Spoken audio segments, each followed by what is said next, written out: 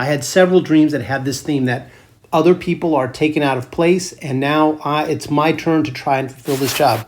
And I have fulfilled that job with the publication of this video, and I don't know my lines.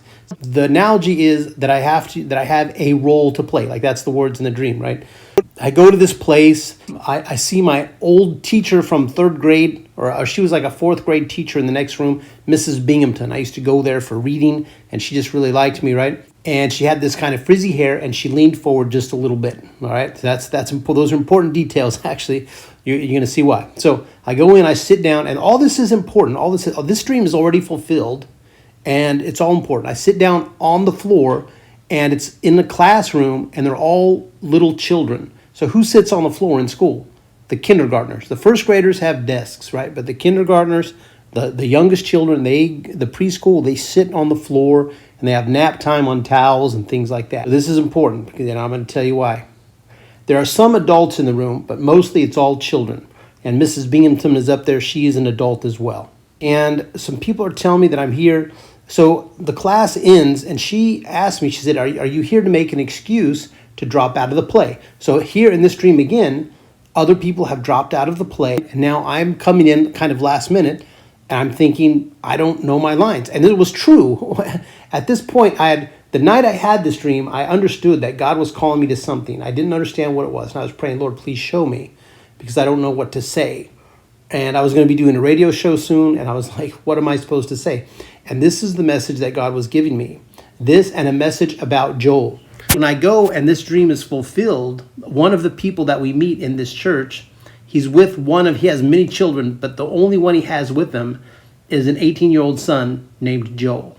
So this message about Joel, I understood was important. So I'd had a dream many nights before where I kept running into old friends named Joel. And when I woke up in the morning, I prayed, and the Holy Spirit was like, read Joel. And when I started to read it, the Holy Spirit showed me, this is a message for the people. This is a message for the saints. Because in some other dreams I've had in recent weeks, I'm told, go door to door. The graduates, the grads. So people who are graduated from Bible school, graduated from milk to meat, you need to go door to door and warn the saints. And this also ends up being interesting. I'm going to show you why.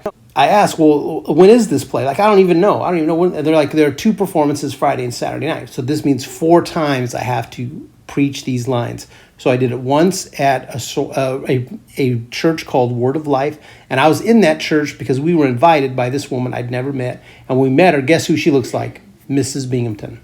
When I sit in the church, the children, it shows that, I prayed about it later, they're immature Christians. They're not fully mature Christians. There was some in there, which is nice to have in a church. Some churches have 0, right? Or worse. But they're just showing that, yeah, they're Christians, but immature Christians. So it was one way of God showing me, like, yeah, this is an acceptable church, but also, look, these people need to be matured. They need to be elevated. They need to eat meat. The dream is all being fulfilled. I'm in the church, and in this dream that I'm showing you here, one of the things I grabbed is this blue flyer. And when I was in the church, boom, there's the flyer. It's a little pamphlet for, this is what we're covering today. These are the songs we're singing. And I picked it up and I looked at it. I was like, yeah, but my lines aren't here, which is the same thing as in the dream. And so as I'm walking away from there, I suddenly realize, hey, all these things about Joel, and here's the guy Joel in the church. I'm supposed to deliver this message about a call to fast in this church. And right then I turn around, and here's my wife speaking to her old friend from her missionary days, very famous in Eastern Europe and in Scandinavia, Carl Gustav, this missionary. And so I tell him, I said, listen, I'm here today with a mission. I have a word for you. And I said, it comes from the Joel chapter 2. You need to call a solemn assembly. And that is the message, my friends, to call a solemn assembly.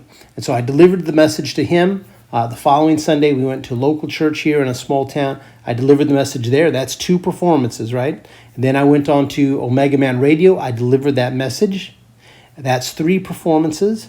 And now I'm delivering it to all of you. So that is 4. Some other people have delivered this same message in recent weeks.